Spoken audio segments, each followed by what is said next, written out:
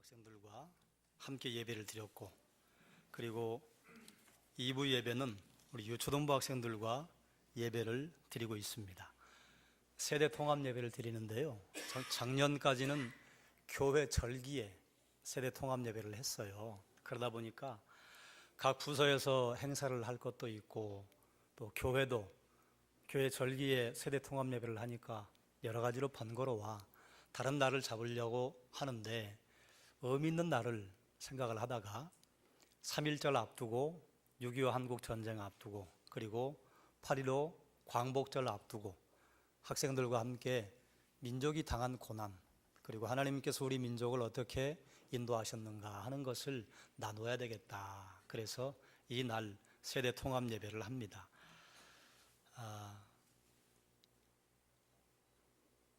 우리 유초등부 학생들에게 한번 물어볼게요. 3.1절 하면 뭐가 생각나십니까? 쉬는 날. 아이고, 그렇지. 또 3.1절 하면 뭐가 생각나세요? 모르겠어요? 네. 일부러 대답을 안 하는 것도 있지만 이게 현실입니다.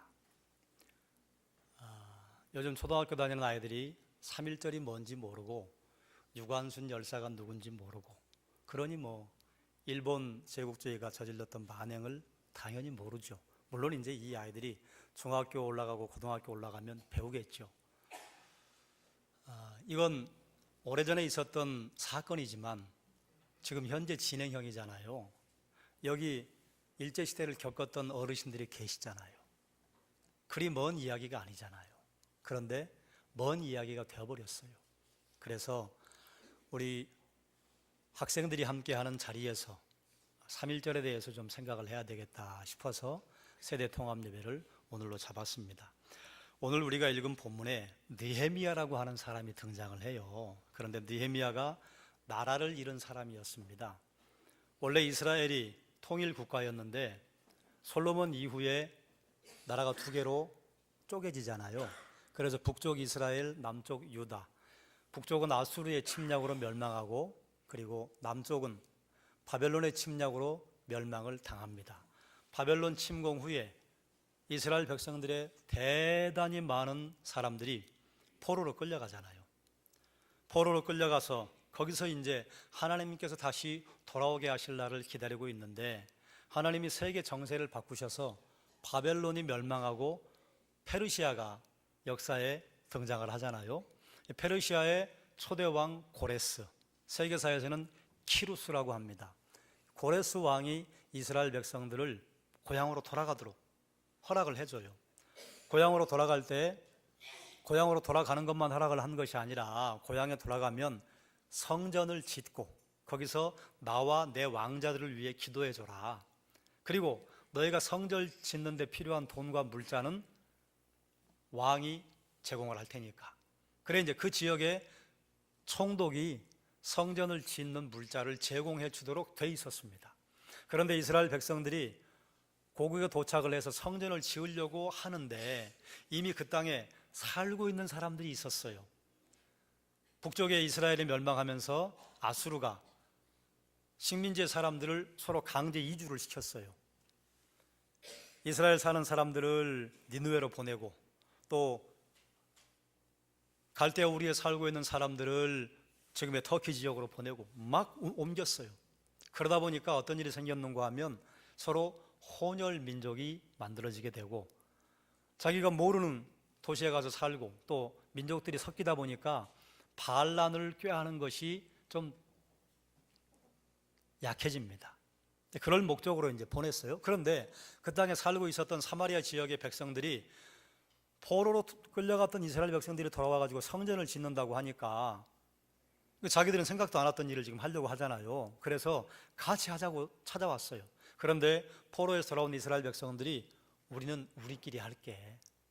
너희는 섞인 민족이고 너희는 하나님을 섬기지 않는 사람들인데 어떻게 너희와 함께 우리가 성전을 지어? 이렇게 얘기하니까 사마리아 지역에 살고 있던 사람들이 기분이 좋아요, 안 좋아요? 기분이 안 좋아요. 그래서 왕에게 거짓 보고를 합니다. 왕이시여, 지금 이스라엘 백성들이 포로로 돌아와 가지고 성전을 짓는다고 하는데 이스라엘 백성 성전 짓게 하면 골치 아픕니다. 이스라엘 백성들은 조상 대대로 반골 기질이 강한 사람들인데 성전 짓기 위해서 하나로 똘똘 뭉치게 하면 분명히 왕한테 반기를 들 겁니다. 듣고 보니 왕이 그럴듯해요. 그래서 맞다, 성전 못 짓게 해라, 가서 방해해라. 그래서 사마리아 지역에 있는 사람들이 성전 못 짓도록 방해를 해요. 여기에 연결된 게 2절입니다. 2절 말씀을 제가 읽어드리겠습니다. 내 형제들 가운데 하나인 하나니가 두어 사람과 함께 유다에서 내게 이르렀고 내가 그 사로잡힘을 면하고 남아있는 유다와 예루살렘 사람들의 형편을 물은즉, 건너뛰겠습니다. 큰 환난을 당하고 능욕을 받으며 예루살렘 성은 허물어지고 성문들은 불탔다 하는지라. 이 보고를 느헤미야가 들었어요. 느헤미야가 당시 어디에 있었는가 하면 수산궁에 있었어요. 왕궁에 있었단 말이에요. 자, 우리 유초동부 학생들에게 물어볼까요? 왕궁에서 일하면 괜찮은 거예요? 괜찮지 않은 거예요? 괜찮은 거예요? 몰라요? 네. 왕궁에서 일하면 괜찮은 직업을 가지고 있는 거예요. 괜찮은 직위에 있는 거예요. 그리고 느헤미야의 직위가 꽤 높았습니다. 그러면 고국에 지금 이런 소식을 들었으면 느헤미야가 자기가 가지고 있는 권한을 가지고 일을 처리할 수 있어요. 그런데 그렇게 처리하지 않고 느헤미야가 어떻게 해요? 금식하며 기도합니다. 기도한 내용이 오늘 우리가 읽은 본문에 있어요. 하나님께 이런 기도를 합니다. 하나님은 약속을 지키시고 긍휼히 여기시지 않습니까? 그런데 이스라엘 백성은 우리의 죄 때문에 포로로 끌려왔습니다. 이스라엘 백성의 죄가 뭡니까? 하나님께서 그들에게 주신 말씀을 지키지 않는 것이 이스라엘의 죄였습니다. 그걸 느헤미야는 뭐라고 하는가 하면 하나님께서 모세를 통해 우리에게 주신 계명과 율례와 규례를 우리가 어겼나이다. 근데 하나님께서 이스라엘 백성과 함께 약속을 하실 때 무엇까지 약속하셨는가 하면 너희가 이 말을 지키면 형통한다. 그런데 너희가 이 말을 지키지 않으면 내가 심판할 거야. 그런데 심판의 맨 마지막에 어떤 말이 있었는가 하면 너희가 그래도 회개하고 돌아오지 않으면 여러 나라 가운데 너희를 흩어버릴 거야. 그래서 이스라엘 백성들이 흩어짐을 당했습니다. 그래 포로로 끌려왔어요. 자, 그러면 여기서 좀 생각해 볼 게 있어요. 느헤미야가 왕궁에 꽤 높은 직책에 있었는데 왜 왕에게 직접 가서 요청해도 되는데 요청하지 않았을까요? 에스라가 12년 전에 이스라엘로 돌아갔습니다. 그래서 가서 일을 하려고 보니까 방해가 너무 많은 거예요. 그래서 사마리아 지역에 있는 사람들이 못하게 방해한 것 때문에 성전 건축이 중단됐습니다. 이스라엘을 재건하는 일이 중단됐어요. 그런데 그때 중단시킨 왕이 누군가 하면 아닥사스다 왕입니다. 느헤미야가 지금 모시고 있는 왕이 누구예요? 아닥사스다입니다.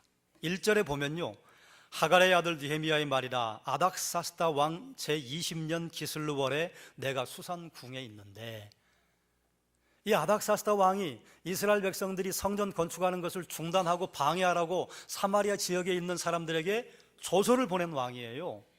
그런데 그 왕에게 가서 느헤미야가 왕이시여, 제 조국의 백성들이 이렇게 어려움 당하고 있습니다, 이렇게 말하면 왕에게 반항하는 게 되는 겁니다. 왕이 시켜서 그렇게 했는데 왕이시여 지금 이런 일을 당하고 있습니다. 그럼 왕이 거기에 대해서 무슨 말을 하겠습니까? 뭐라고 좋은 조처를 취하겠습니까? 못한다 그 말이에요. 그리고 요즘이야 그렇지 않지만 이때만 해도 왕이요, 마음에 내키는 대로 국사를 운영할 때 아닙니까? 만약에 느헤미야가 왕에게 왕이시여 우리 조국 이렇게 불타고 허물어졌습니다, 어떻게 좀 도와주십시오, 그러면 왕이 시켜서 그런 건데 왕이 기분이 별로 안 좋으시면요, 느헤미야 목숨을 부지하기 어려운 상황에 빠질 수가 있습니다. 그러니 함부로 왕 앞에 나갈 수 없는 거예요. 바하사 시대에 우리는 에스더의 사건을 아시잖아요. 이스라엘 민족이 몽땅 다 한날에 죽게 생겼어요. 그러니까 이제 에스더가 기도하고 왕 앞에 나가는데 에스더가 뭐라 그래요? 나도 왕 앞에 나간 지가 30일이 넘었습니다.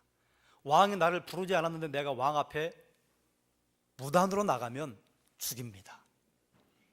그 당시에는 왕의 권력도 막강했지만 왕을 암살하려고 하는 사람들이 끊이지 않았습니다. 그러니까 왕비라고 해도 왕이 부르지 않았는데 왕 옆에 와서 얼씬한다?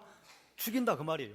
그런데 느헤미야가 이런 서슬퍼런 왕 앞에 가서 우리 민족이 어려움 당합니다, 도와주십시오, 12년 전에 왕이 내리신 그 조서를 좀 바꿔주십시오, 이 말을 어떻게 합니까? 못해요. 그러니까 기도할 것밖에는 없는 거예요. 여러분, 개인적으로, 국가적으로, 또 여러분 가정적으로 감당하지 못할 일이 생길 때가 있잖아요. 그때 해야 할 게 뭐예요? 먼저 기도하는 거예요.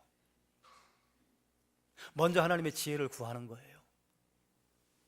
느헤미야는 이런 기도로 끝을 내지 않았습니다. 읽지 않은 11절에 보면요, 이렇게 기도해요.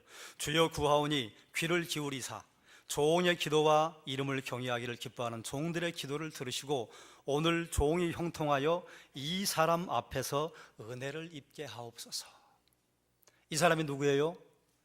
아닥사스다 왕이에요. 왕 앞에 은혜를 입게 해주십시오. 은혜 입기를 구해요.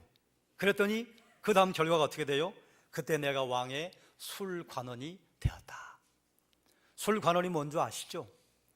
왕을 암살하려고 하는 사람들이 음식에 독을 넣을까 봐 왕이 먹는 떡, 왕이 먹는 음료 먼저 먹어보는 관리가 있었습니다. 이 사람이 술관원, 왕의 떡 맡은 관원이에요. 그러니까 이 사람이 만약에 나쁜 맘 먹으면요, 왕이 마시는 술에다가 독을 탈 수 있어요. 왕의 생명을 책임지는 자리까지 올라갔다 그 말이에요. 이걸 우리는 왕의 측근이라고 합니다. 왕이 그만큼 신뢰할 만한 사람이 된 거예요.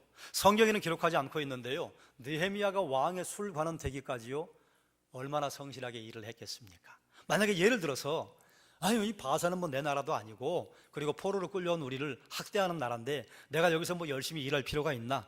내가 열심히 여기서 뭐 몸바쳐 일할 필요가 있나? 이러고 자기 일에 성실하지 않았다면 어떻게 느헤미야를 술관원으로 삼았겠습니까? 최선을 다했다 그 말이에요. 성실하게 일했을 거예요. 여러분, 때로 우리가 일하는 자리가 불편부당한 자리일 수도 있어요. 내가 뭐 여기서 일한다고 누가 알아주나? 이런 자리에 앉아 있을 수도 있습니다. 그러나 그리스도인은 그 자리에서 맡겨진 일에 최선을 다하는 것이 성도의 해야 할 바입니다. 느헤미야가 그랬다 그 말이에요. 그래서 이스라엘 총독으로 임명이 되고, 그렇다고 왕 앞에 가서 왕이시여 우리나라가 이런 어려움을 당합니다 말할 수 있나요? 말할 수 없어요. 그런데 느헤미야의 이 근심거리가 얼굴에 나타났어요. 그래서 왕이 묻잖아요. 느헤미야, 너 무슨 일이 있냐? 왜 이렇게 얼굴에 근심이 가득하냐? 당시의 신하는 왕 앞에 개별적으로 개인적으로 어려운 일이 있어도 어두운 얼굴 기색을 하고 올라가면 안 됩니다. 그럼 왕을 어지럽히는 일이라. 그런데 느헤미야가 지금 왕의 근심빛이 가득한 얼굴로 왕 앞에 섰어요. 그런데 왕이 그걸 꾸짖지 않고 물어봐요. 왜 그러니? 그 느헤미야가 말하잖아요. 제 조국이 도성이 불타고 사람들이 지금 학대받고 있습니다. 근데 왕이 이걸 알아요, 몰라요? 알지요. 자기가 조서를 내렸는데. 모를 수도 있어요. 그러면 왕이 그다음 묻지 않을 겁니다. 아, 그래? 그리고 끝인데, 그래, 그럼 내가 도와줄 게 뭐 있겠냐? 물어봐요. 그러니까 드디어 느헤미야가 생각했던 말을 합니다. 혹시 왕이 허락하시면 저를 제 조국으로 좀 보내주십시오. 그래서 총독으로 임명돼서 이스라엘의 재건을 위해서 힘씁니다. 느헤미야가 나라를 잃었어요. 나라 없는 생을 몇 년을 살았어요. 자, 그러면 우리나라도 나라의 주권을 잃었던 적이 있지 않아요? 뭐 오래전의 사건도 있지만 가장 가깝게는, 그리고 가장 지역적으로는 일본의 이 나라를 빼앗겼던 때가 있어요. 여러분, 일본 하면 무엇이 생각나십니까? 어르신들은 생각나는 게 거의 비슷해요. 젊은 세대는 생각나는 게 조금 달라요. 우리 유초동부 아이들은 일본 하면 뭐가 떠올라요? 아마 이런저런 생각이 떠오를 거예요. 일본이 소금 우물을 먼저 받아들여서 대포와 총을 가졌잖아요. 그래, 그걸 앞세우고 군함 3척을 끌고 부산항에 들어왔습니다. 부산항에 들어와서 대포를 쏴대기 시작했어요. 그리고 우리하고 국교를 맺자고, 통상조약을 맺자고. 대포를 쏘고 들어오는데 누가 좋아해요? 그래서 우리나라 군인들이 방어를 하겠다고 나갔는데 일본 군인들이 쏘는 총에 속수무책으로 당하고 말았습니다.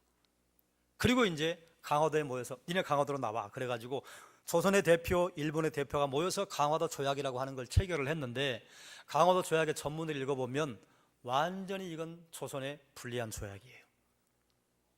다 퍼주고 모든 우선권은 일본에 있고, 그리고 그 후로 일본 식민지 정책을 시작을 했던 일본이 조선에 1910년도에 이완영이라고 하는 사람을 내세워서 한일 합방을 하잖아요.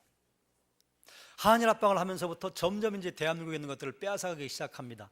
1912년도에 토지 조사 사업이라고 하는 걸 해요. 내용은 이거예요. 너희 토지 등기해라.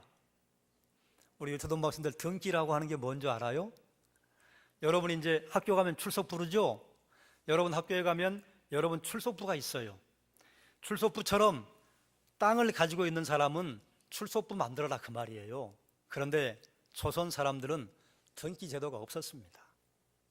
한 마을에 가면 뭐 옆 마을 사람 사돈의 팔촌 다 아는 건데, 여기서 여기까지는 김진사 땅이야, 그 옆은 박찬판 땅이야, 그 옆은 김간의 가문의 땅이야, 이러고 그냥 자기들끼리 알고 있을 때예요. 그런데 등기를 하라고 공시를 했어요. 등기하라고 하는 공시도 잘 알려주지도 않았고, 그리고 등기를 왜 하는데? 아니 내 땅 내가 가지고 있는데 뭘 그걸 신고를 해? 그리고 6년 동안 토지조사 사업을 기간을 두었다가 1918년도에 거의 대부분이 등기를 하지 않았습니다. 등기 제도를 이해하고 있는 사람 몇만 등기를 하고 그 외에는 등기를 하지 않았어요. 그럼 그 땅은 누구게 돼요? 몽땅 다 일본 거예요. 너 등기하지 않았지? 이건 네 땅 아니야. 하루아침에 땅을 잃게 되고, 그리고 땅을 가지고 있었던 지주들, 땅을 가지고 있었던 농민들은요, 일본의 소장농으로 전락하고 말았습니다. 1915년도에 모든 종교는 일본 정부의 관리를 받는다 하는 명령을 내려요. 왜 이 명령을 내렸는가 하면, 우리나라에 1884년도에 기독교가 들어왔잖아요. 기독교가 들어온 다음에 선교사님들이 와서 하신 일이 무엇이냐? 학교 세우고, 병원 세우고, 고아원 운영하고, 그리고 교회 세우고. 그때 세워진 학교들이 여러분 아시는 배제학당, 정신, 그리고 숭의, 숭희, 경신 이런 데잖아요. 그래서 거기서 학생들을 가르치면서 학생들이 깨우치기 시작하고, 민족 정신이 고취되고, 민족 정신을 고취시키는 학교들이 생겨나면서 보니까 일본에 항거하는 인재들을 키우고 있는 거예요.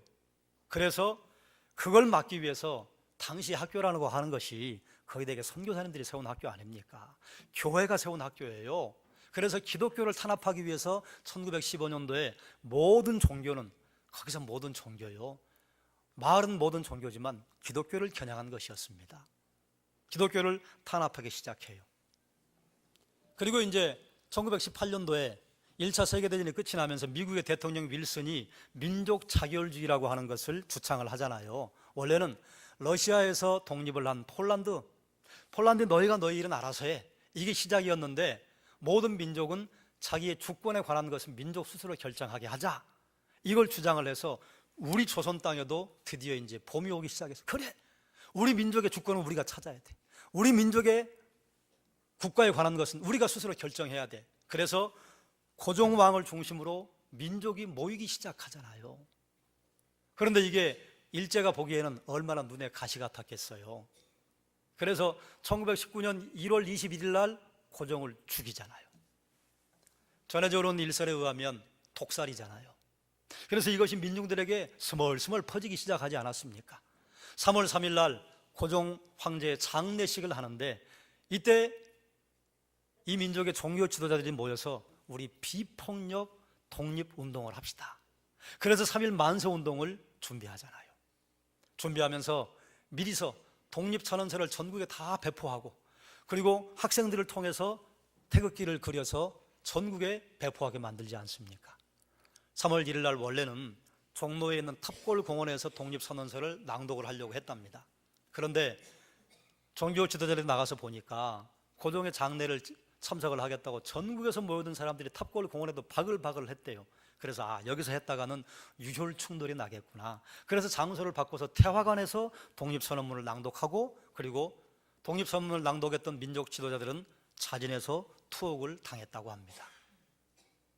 아무리 기다려도 독립선언서를 읽을 지도자들이 오지 않으니까 오후 2시쯤 기다리고 있던 학생 중 하나가 이미 독립선언서를 가지고 있고 태극기도 품에 가지고 있고 팔각정에 올라가서 이 학생이 독립선언문을 낭독하고 조선 독립 만세를 외쳤어요. 그러니까 그 부근에 와 있던 수만 명의 민중들이, 수만 명의 백성들이 이미 품에 숨겨 가지고 왔던 독립선언서와 태극기를 흔들면서 종로 시가지 행진을 했다. 이게 3.1 운동의 배경 아닙니까? 거기서 일어난 3.1 운동이요, 충청도로 퍼지고 평안도로 퍼지고 그리고 경상도로 전라도로, 그해 4월까지 대한민국 조선 땅에서 약 1,500여 차례 독립운동이 만세운동이 일어났답니다.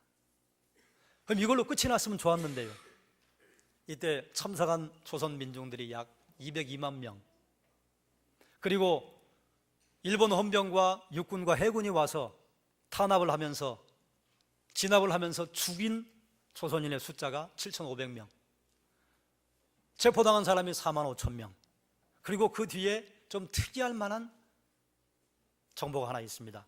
불탄 민가와 교회가 700채. 민가가 타고 교회가 뭐 한두 채 타서는 불탄 민가와 교회 이렇게 통계가 나겠어요? 굉장히 많은 교회가 불탔다 그 말입니다. 왜 교회가 불탔을까요?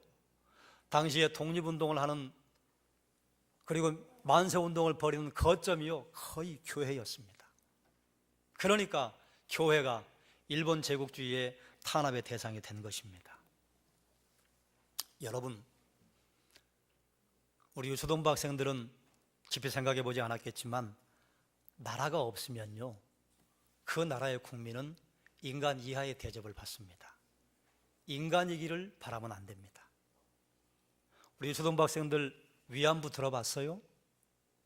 징용이라고 들어봤어요? 자, 우리 석진에게 한번 물어볼게. 석진아, 엄마가 시킨 게 아니고 어디서 석진이에게 한 달 동안 일을 하게 했어. 그리고 돈을 안 줬어요. 그럼 이거 돼요, 안 돼요? 안 돼요. 왜 안 돼요? 생각해봐요. 왜 안 되는지. 노력을 했는데 돈을 안 줘요. 그게 징용 아닙니까? 우리 딸들이, 우리 누나들이, 그리고 그 당시에 꽃다운 젊은 처녀들이 위안부로 끌려가도 아무 소리 못해요. 그때 당시에 힘이 있는 젊은 청년들이, 젊은 아들들이 군대로 징병되고 징용으로 끌려가도 아무 소리 못해요. 나라가 없기 때문에 그래요. 나라가 있다고 하는 것은 얼마나 감사한 일입니까? 해외 나가보면 대한민국 국민이라고 하는 게 얼마나 자랑스럽습니까? 여권을 하나 쥐고 해외를 나갈 수 있다고 하는 것이 얼마나 행복한 일입니까? 여권이 없는 사람이 많잖아요. 여권을 받을 수 없는 사람들이 얼마나 많습니까? 나라가 있다고 하는 것만으로도 우리에게 울타리가 되잖아요. 이때 3.1 만세운동을 하는데 교회가 주도적인 역할을 할 수 있었던 것은요, 당시에 조선은 정치적으로 그리고 군사적으로는 미약하기 짝이 없는 나라였는데 1903년도에 원산에서 대부흥운동이 일어나고 1907년도에 평양에서 대부흥운동이 일어나고 그 이듬해 1910년도, 1914년도 이것이 서울로 확산이 되면서 수많은 사람들이 하나님 앞에 무릎을 꿇고 회개하고 교회가 부흥했어요. 그래서 3.1운동의 원동력은요, 기독교로부터 나온 것입니다. 독립운동과 독립선언을 할 수 있는 원동력이 기독교에서 나온 거예요. 독립선언을 했던 민족 지도자 가운데 반수가 넘는 사람들이 기독교인들이었습니다. 그때 기독교인의 숫자가 많았나요? 아니요, 많지 않았어요. 몇 퍼센트 되지 않았습니다. 그런데 그들이 나를 구원하신 예수 그리스도 복음 앞에 서 보니까 일본 제국주의가 하는 것이 부당하다 그 말이에요. 일본 사람들이 하는 일이 하나님이 계시다면 일어나서는 안 되는 일이다 그 말이에요. 그래서 독립운동의 선두에, 만세운동의 선두에 목사들이 서고 기독교인들이 섰던 것입니다. 여러분, 내일 모레면 3.1절입니다. 3.1절이 우리하고는 먼 나라 100년 전에 있었던 이야기인가? 맞아요. 100년 전 이야기 맞아요. 그런데 지금도 3.1절의 끈앞풀들이 여기저기, 지금도 3.1절의 그 배경이, 3.1절의 그림자가 지금까지 드리워져 있습니다. 그리고 우리는 지금 뭐 나라를 잃어버린 것은 아니지만 요즘 정세를 볼 때 여러분 무엇을 느끼십니까? 무엇을 생각하십니까? 그리고 여러분이 무엇을 할 수 있을까요? 대한민국 국민이기 때문에 이걸 하자고 하는 것, 이렇게만 말하면 그러면 타당성이 떨어질 거예요. 하나님께서 예수 그리스도의 입을 통해서 이런 말씀하셨어요. 참새 한 마리도 주의 뜻이 아니면 떨어지지 않습니다. 그러므로 우리가 대한민국 땅에 태어나게 된 것이요 하나님의 뜻하심 가운데 있다, 그 말이에요. 우리 유초등부 학생들을 대한민국에 태어나게 하고 서울 땅에 살게 하고 성덕교회를 나오게 한 것, 하나님의 뜻하심이 있다, 그 말입니다. 그러면 하나님은 나를 대한민국에 왜 태어나게 하셨겠는가? 왜 하나님께서 나를 1910년도에 태어나게 하지 않으시고 2000년도에 태어나게 하셔서 1960년도에 50년도에 태어나게 하셔서 이 시대를 살게 하실까? 하나님의 뜻이 있다, 그 말이에요. 나를 이 땅에 태어나게 하신 하나님, 하나님의 뜻을 이루는데 여러분은 무엇을 하며 사십니까? 여러분은 지금 무엇을 생각하며 사십니까?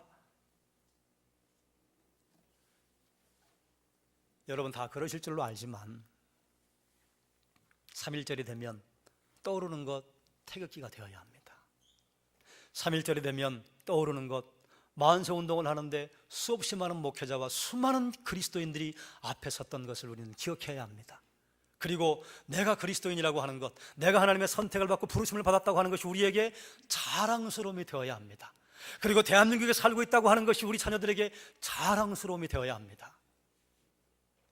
3.1절에 가정에서 자녀들과 준비해서 태극기를 개양하시고, 다 아시잖아요. 태극기를 왜 개양하는지, 3.1절에 왜 태극기를 달아야 하는지 자녀들에게 설명해 주십시오.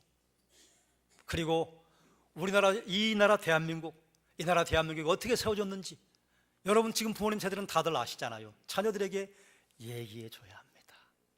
그래야 이 땅을 자랑스럽게 생각할 수 있습니다. 말씀을 정리하겠습니다. 느헤미야는 나라를 잃었어요. 나라를 잃었기 때문에 아무것도 할 수 없으니까 나는 그냥 포기하고 앉아있는가? 아니요, 그러지 않았습니다. 느헤미야가 조국 땅의 처참한 현실을 듣고 맨 처음 시작한 게 있어요. 뭐예요? 금식하고 기도했습니다. 금식하고 기도하고, 기도로 끝난 것이 아니라 하나님 은혜를 입게 해주십시오. 그래서 왕의 술관원까지 올라갔습니다. 성경은 침묵하고 있지만 느헤미야가 왕의 술관원 되기까지요, 놀고 먹고 술관원 된 거 아니에요. 최대한으로 성실했을 거예요. 최대한으로 열심히 일했을 거예요. 최대한으로 헌신을 했을 것입니다. 그래서 왕의 술관원이 되었을 때 드디어 하나님이 기회를 주신 줄로 알고 때를 얻자 요구하잖아요. 여러분, 그렇기 때문에 우리는 내가 어떤 자리에 어디에 있든지 간에 그 자리에서 최선을 경주해야 하고, 그리스도인으로서 하나님의 성실하심을 닮아서 성실하게 일을 하셔야 할 것입니다. 그때 그리스도인의 성실함을 보고 하나님께서 그를 쓰실 것입니다. 우리가 살고 있는 이 나라 대한민국이요, 우연히 어쩌다가 우리 이 땅에 온 것 아닙니다. 하나님께서 태어나게 하신 거예요. 하나님이 이 땅에 보내신 거예요. 하나님께서 여러분을 지금 전라도나 경상도나 제주도 땅에 살게 하지 않으시고 이 땅에 살게 하신 것, 이 자리에 살게 하신 것이요 하나님의 뜻하심 가운데 있다, 그 말입니다. 그러면 내가 지금 밟고 있는 이 땅에서, 이 자리에서요, 우리는 어떻게 살 것인가? 무엇을 하며 살 것인가? 여러분, 지금 여기 내가 할 수 있는 것이요, 가장 쉽게 할 수 있는 것, 기도입니다. 지금 나라와 민족을 위해 기도가 필요하지 않겠습니까? 지금 나라와 민족을 위해 여러분의 무릎 꿇는 것이 필요하지 않겠습니까? 여러분 자녀들을 데리고 나라와 민족을 위해 기도하는 자리에 무릎을 꿇으십시오. 집집마다 태극기를 개양하고, 그리고 3월 1일 날 여러분 자녀들을 데리고 어디에 가시겠습니까? 3.1운동을 아이들에게 알려줄 수 있고, 이 민족의 대한민국 교회가 어떤 일을 했는지 알려주는 자리가 대단히 많습니다. 양화진 선교사 묘지에 데리고 가셔도 되고, 서대문 형무소에 데리고 가셔도 되고, 천안에 있는 독립기념관에 데리고 가셔도 되고, 그리고 인터넷에 3.1운동 했던 교회 찍기만 하면 교회 현장이 대단히 많이 나옵니다. 그 교회 가면요, 지금은 다 설명해 놨어요. 어떤 사건이 있었는지, 그때 이 교회 성도들은 무슨 일을 했는지, 그때 이 교회 목사님은 어떤 일을 했는지. 그런 민족의 고난의 현장을 보면요, 아이들이 이 나라를 사랑하는 마음이 생깁니다. 우리가 세계 경제 부국이고, 그리고 이 나라에 무엇이 뛰어나고 잘난 걸 아이들에게 알려주면요, 나라와 민족을 사랑하는 마음이 생기지 않습니다. 이 나라가 어떤 어려움을 당했는지, 그리고 어떤 어려움 속에 이 나라가 지금까지 왔는지, 이걸 알려주었을 때 아이들의 마음속에 민족을 생각하는 마음이 생겨요. 우리 초등부 학생들에게 부탁할게요. 내일 모레 글피 수요일이 3.1절이에요 3.1절에 집에다가 태극기 다는데 엄마랑 아빠랑 태극기 함께 달자고 얘기하세요. 알겠습니까? 네. 아이들 학교에서 교육했을 거예요. 태극기 하나 다는 게 무슨 특별한 일이겠느냐고요? 아니요, 대단히 특별한 일이 될 수 있습니다. 아이들에게 이 민족의 역사하신 하나님, 그리고 하나님께서 어떻게 역사하셔서 이 나라가 이렇게 서 있는지를 함께 나눠주셔서 아이들이 나라와 민족에 대한 눈을 뜰 수 있도록 여러분 안내해 주십시오. 그리고 나라와 민족을 위해 지금까지 인도하신 하나님 앞에 우리는 무릎을 꿇고 이 나라의 민족 위에 기도의 자리에 여러분 나와 주시기를 주의 이름으로 부탁을 드립니다. 기도하겠습니다. 하나님, 느헤미야는 나라를 잃었습니다. 그런데 그 자리에 주저앉아 있지 않았습니다. 하나님께 기도하고 간구하고 방법을 찾아 움직였습니다. 우리가 밟고 있는 이 나라 대한민국의 땅, 우리가 밟고 있는 이 나라 대한민국의 토지, 어느 것 하나 사연이 없는 곳이 없습니다. 수없이 많은 선배들이, 또 믿음의 조상들이 피를 흘린 대가로 우리는 이 나라 대한민국에서 살고 있습니다. 이 즈음에 우리는 나라와 민족을 위해서 무엇을 기도해야 하며 나라와 민족을 위해 무엇을 자녀들과 나눠야 할 것인지 하나님 정리하게 하시고 자녀들과 나라와 민족에 대한 것을 얘기할 수 있는 시간을 허락하여 주시옵소서. 하나님, 우리에게 이 나라 대한민국을 이만큼 허락해 주신 것 감사드리옵나이다. 하나님께서 이 땅에 태어나게 하신 하나님의 그 뜻을 따라서 내가 지금 밟고 있는 이 나라, 내가 살고 있는 이 나라 대한민국을 위해서 우리가 무엇을 할 수 있겠는가, 내가 할 수 있는 것 생각해보고 내가 지금 여기서 할 수 있는 작은 것 실천하며 하나님의 성실하심을 담고 나라와 민족을 위해서 기도하는 성도들로, 우리 유초등부 학생들로 세워 주시옵소서. 예수님의 이름으로 기도드리옵나이다. 아멘.